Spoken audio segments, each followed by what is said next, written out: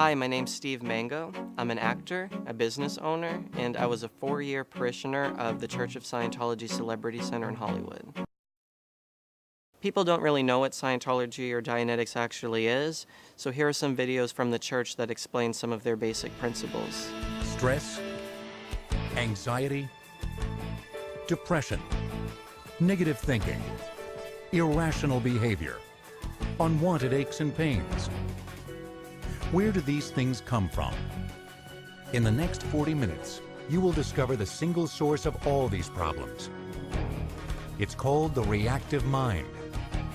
And it's the part of your mind that stores all your painful experiences and then uses them to control you without you knowing it. Your reactive mind is the cause of what's wrong in your life. But with Dianetics, you're going to learn how to get rid of it. So to recap, Scientology believes you have your analytical mind, which is that part of your mind that just kind of computes and stores data, but there's also that reactive mind, and the reactive mind is what you're trying to get rid of in Scientology. It's the place of your mind that stores your fears, your pains, your upsets, and they tell you, well, if you don't have this part of your mind, you're going to be a much more capable person. So in Scientology, the way to get rid of this reactive mind is through a process called auditing. Auditing is the process of asking specifically worded questions designed to help you find and handle areas of distress. This is done with an auditor, meaning one who listens. An auditor does not offer solutions or advice. They are trained to listen and to help you locate those experiences that need to be addressed. But some experiences are so deeply buried within the mind, they are not easily recalled. The auditor helps you pinpoint these with the aid of an e-meter. When you think of something that has upset or stress connected to it, this shows up on the meter. Your attention can now be directed to that thought. Through auditing, one is able to look at their own existence and discover the past experiences that are holding them back against their will. How ironic that the Scientologists who are so obsessed with psychiatrists, most of them could use a psychiatrist themselves, but the fact that they hate psychiatrists, but basically what they're doing with auditing is a really expensive form of psychotherapy. It just, by someone who's not trained and has no knowledge or willing to study brain chemistry. Auditing is purchased by the intensive, and an intensive is 12.5 hours of auditing. And at the Celebrity Centre, when I left, it was $3,200 per intensive. Now, to go clear, you probably need 40 to 50 intensives of auditing. So it's not cheap, and that's only the first half of the bridge to total freedom of what L. Ron Hubbard's path to enlightenment is. There's another big belief in Scientology, and that's that you're an immortal spirit. And your spirit is called your Thetan. It's you. You are a being, an intelligence, a consciousness, that part of you that is aware of being aware. In Scientology, we use the word Thetan. The term Thetan is taken from the Greek letter theta, which has long served as a symbol for thought or spirit. We use Thetan to avoid confusions with other concepts and beliefs regarding the soul or spirit. It isn't something you have. You wouldn't say, my Thetan. You'd simply say, me. You have a body, you have a mind, you are a Thetan. Most of the ideas in Scientology in the beginning are just basic universal truths of the world.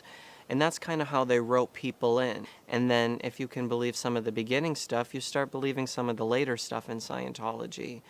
And as you go up the ranks in Scientology, the more controlled your life gets, the more money you invested, the more time you have to commit, and your whole life becomes engulfed in Scientology. L. Ron Hubbard came up with the path towards enlightenment called the Bridge to Total Freedom. And the Bridge to Total Freedom was a path laid out where you can attain spiritual freedom. Now, there are two sides to the Bridge to Total Freedom. There's the left side, which is training to become an auditor. And the right side is the processing section of the bridge. And that's where you go up and you attain the spiritual wins and gains through auditing. Now, to go up this bridge to total freedom, it could take anywhere from maybe 5 years to 25 plus years. And to go both sides of the bridge is probably going to cost you close to $1 million. This bridge to total freedom has been modified several times by David Miscavige. What he would do is redo the level and say that he found like lost technology, so basically lost information from L. Ron Hubbard. And he would say, well, the reason you didn't attain the goal of this level is because, there was people who were suppressive in Scientology who made sure the level wasn't workable. And now I found the lost information that's going to help make the level workable. So the people who are at the top of the bridge now have to go back down to the bottom of the bridge, and they have to get all their certificates canceled, and they have to restart from the bottom. And that's how they start bilking you for more money.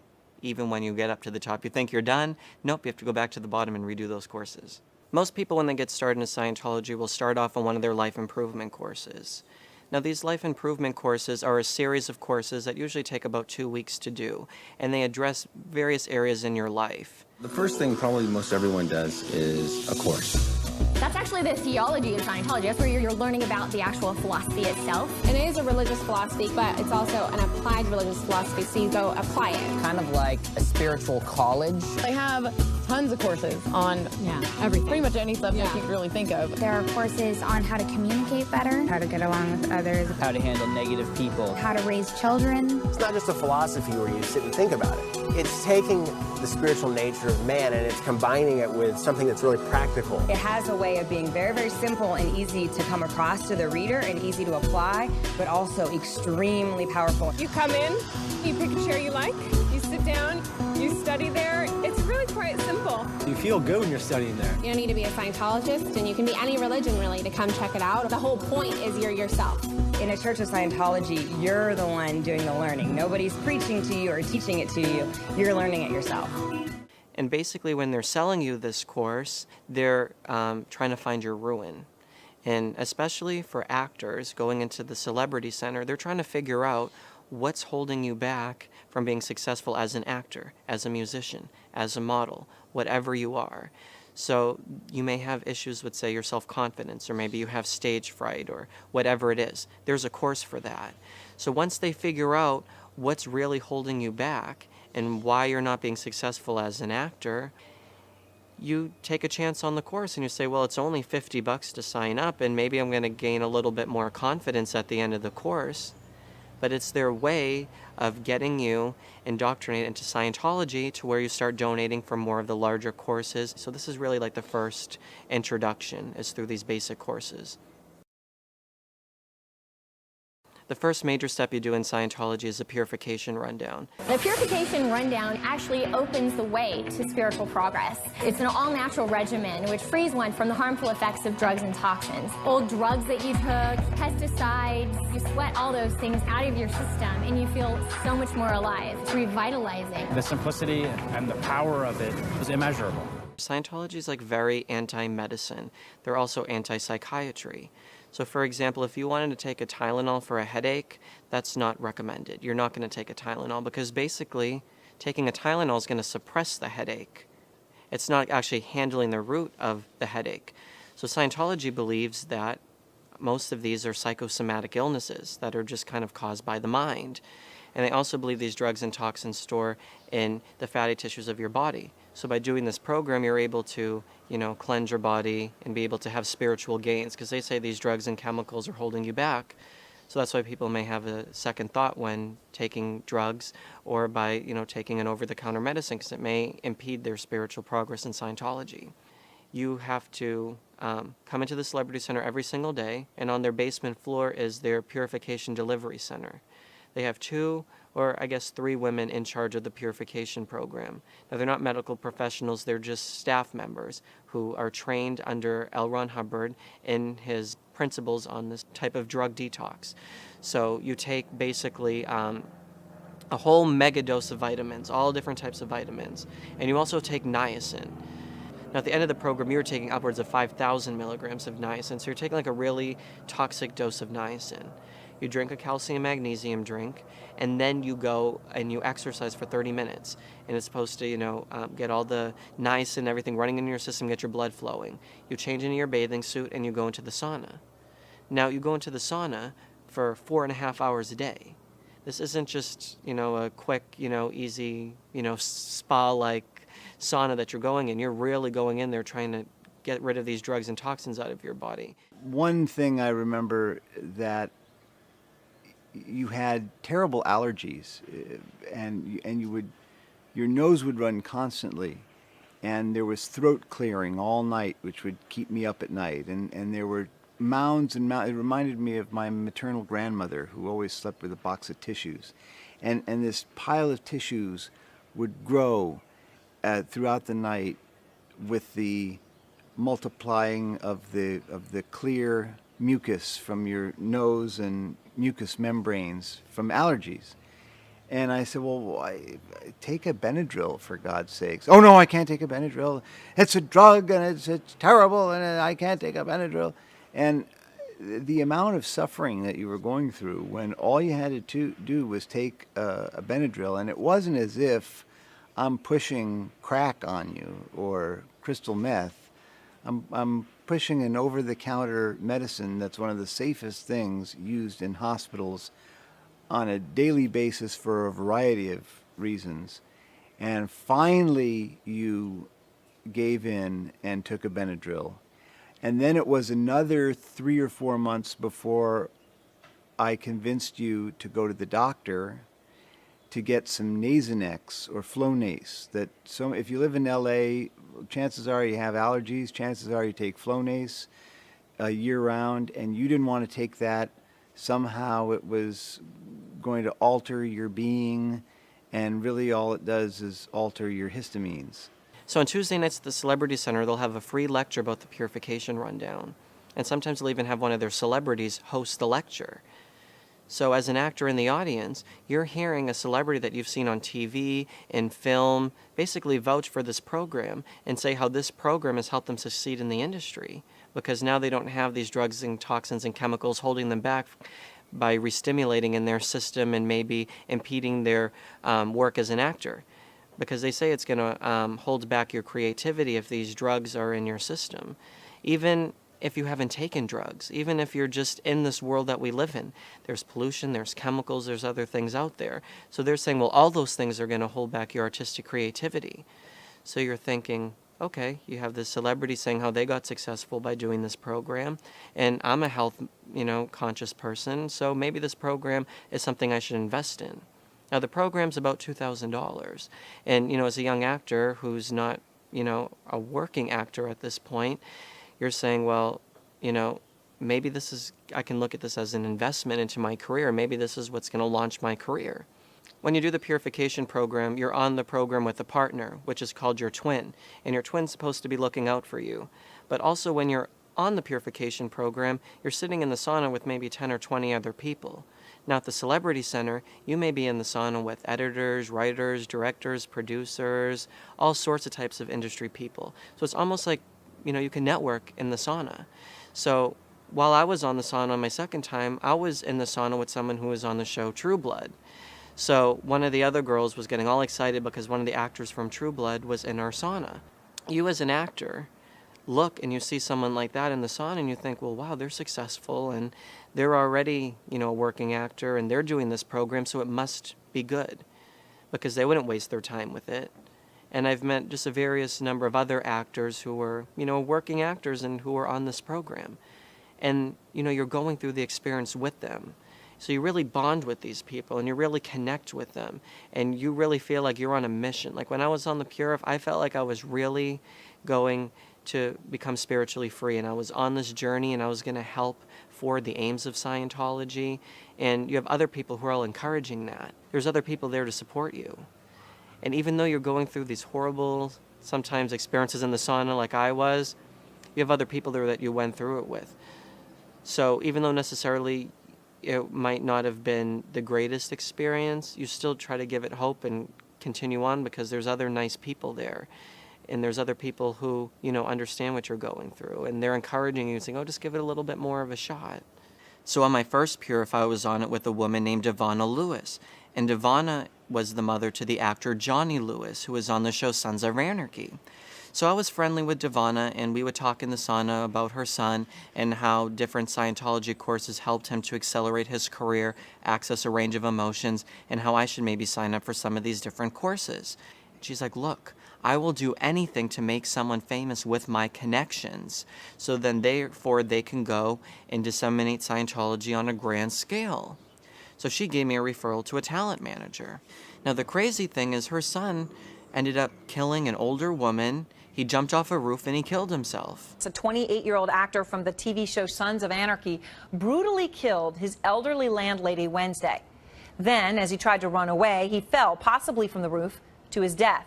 He was obviously troubled and he had mental illness. And in Scientology, you're not seeking help for your mental illness outside of the church. You're going to receive more Scientology services. So that's the problem. They control you to such a level where you feel like, you can't seek outside help. You have to just try to make it work with Scientology. And it's really sad that, her own son had to, tragically die like that and kill someone. It's crazy. When I was on the Purif, I was told that Whitney Houston was supposed to be coming in to receive auditing. Now, sadly, she passed on before she was actually able to receive any services from Scientology. But basically, I was told that they had a comm line, which is a communication line to Whitney Houston, and they were really working on her. They were trying to handle her objections to Scientology and show her that Scientology was going to be a solution to her problems. We all know that Whitney Houston had struggles with drugs and alcohol, and she had other personal issues going on in her life. And Scientology was offering her a helping hand and telling her, look, if you come into the Celebrity Center, we are a safe haven for artists, and we can help deliver what's called auditing, and we can help you with these problems. Now, she passed on, and she wasn't able to go into Scientology, but they were really working on trying to get her to come into the Celebrity Center, but it never actually ended up happening. So me and one of my other friends on the Purification Program decided that we were going to recruit Bobby Christina Brown, who was Whitney Houston's daughter, into Scientology. Now, there are all these media reports out there that Bobby Christina was abusing drugs, and we thought, wow, this program is going to be amazing for her, but we're also going to be able to get Scientology out there on a grand scale. So maybe we can work with that other Scientologist who had a comm line to Whitney Houston to maybe try to recruit Bobby Christina into the church. We're going to work on this. We're going to try to get some of these other younger celebrities into Scientology. And we have these other members who are saying, look, Steve, Amanda, you guys are young. You guys are perfect to get the younger generation, the young Hollywood crowd into Scientology. You guys should work together as a team to recruit young Hollywood into Scientology. So I was also starting to begin to get onto that force of recruiting celebrities into Scientology for the idea that it was going to help bring our message out there into the world on a grand scale. Because I admitted to having alcohol and I drug reverted, I was programmed to go back onto the Purification Rundown for a second time. Now, before I could actually walk onto the program and start going through the sauna rituals and all of that business, I had to get a PTS Interview, which stands for Potential Trouble Source Suppressive Persons Interview, and I had to receive a security check. Now, I'll talk a little bit later on the video what a potential trouble source and what a suppressive person actually is. So they're asking me, like, what evil intentions do you have against Scientology? Who do you know that's antagonistic to Scientology? Do you have any government security clearance? Has any of your family or friends gone to the press about Scientology? And they start asking you all these really out there, super crazy questions. L. Ron Hubbard was paranoid. And you as a member of Scientology have to undergo these constant checks on the e-meter to see if you're still a loyal, devoted member. I'm on the meter getting these security checks every couple weeks, even to a point at the end I'm on the meter almost every single time that I'm going in there, and they're just really hammering you, trying to figure out what crimes you may have committed, what have you done that is evil towards Scientology. So I'm on the meter and they're checking me for a few hours and they're trying to see who may be suppressing me in my environment. They're asking me all these crazy questions. So eventually I pass the meter and I'm able to go on to the program. If you think about what type of health problems can be caused by sitting in the sauna for, 4.5 hours a day, that heat really takes a toll on you. So, I have my own personal horror story, but the first one before mine was this woman, and she was basically lying in the sauna, unconscious. She wasn't responding to anyone. She was just lying there in what seemed like pain and agony, and she was totally out. So afterwards we find out she was kind of laughing about it, But she was saying, she was running out anesthesia out of her body. So that anesthesia re-stimulated, and now she was in the anesthesia experience, and she was completely passed out, and she was experiencing the effects again. Okay, depending on what you believe, if you believe in the Scientology idea that you're running out drugs, that's one thing. But if you're looking at it from a medical standpoint of what this program requires, and the vitamins and the heat and the running, not everyone's cut out for this program. And, you don't see a real doctor. I mean, you do, but you see a Scientology doctor. So who signs off on the program beforehand. You can't go to your own doctor because they may advise you not to do the program because of how taxing it is on your body. So, there's not any medical professionals on site at this point. It's just, you just do whatever L. Ron Hubbard prescribes in this sort of case. And there's the book, and it tells you what to do. So in my experience, and what happened to me was I start feeling kind of strange. And it's about at hour 3 in the sauna. So all of a sudden, I have my cup of water, and I throw it up in the air. And I'm saying, it's raining in the sauna. But obviously it's not raining in the sauna. And I knew that, but I kind of didn't. I just was starting to act weird. And I'm not that type of person to try to make a show, but I start talking and very overly, expressing myself, which isn't really like me. So then I try to get out of the sauna, and I start stumbling, and I can't walk, I can't use my legs. And I start slurring, and I just kind of go and collapse into one of the chairs. So one of the other public Scientologists who's on the program goes up to get the purification in charge. So the woman comes downstairs, and she looks at me, and she just goes, Stevie, it looks like you're having so much fun. And in her mind, she thinks that I'm running out the drug, and I'm having fun because I'm running alcohol out of my system. So I'm actually having fun. But really, I'm basically almost scared for my life at this point because I'm not sure what's going on with me. I'm dehydrated. I probably had some sort of a heat stroke thing going on. It was, I couldn't even walk. I can't talk. I'm just totally just lying there, and I'm not responding to them. And it's scary when you're inside your body and you're like, why aren't you talking? So I get one of the other girls to take me into the shower, put cold water on me, and she escorted me back into the sauna while I'm still in this state of delusion and craziness. And I was instructed to go back into the sauna instead of resting. Because by being in the sauna, they say that I'm going to sweat out more of the drug, and therefore my body will be clean of it, and I'll feel sparkly better at the end. Well, really, I was just getting more dehydrated and more delusional. I just felt like I was being tortured by being in that sauna. I'm just get me out of here. I was in the sauna that day about 6 hours, or 6.5 hours maybe. And I mean, at the end, I was still a little bit kind of out of it, but I said, well, I have to tell them I feel better so I can go home, because they would just prescribe me to go back into the sauna.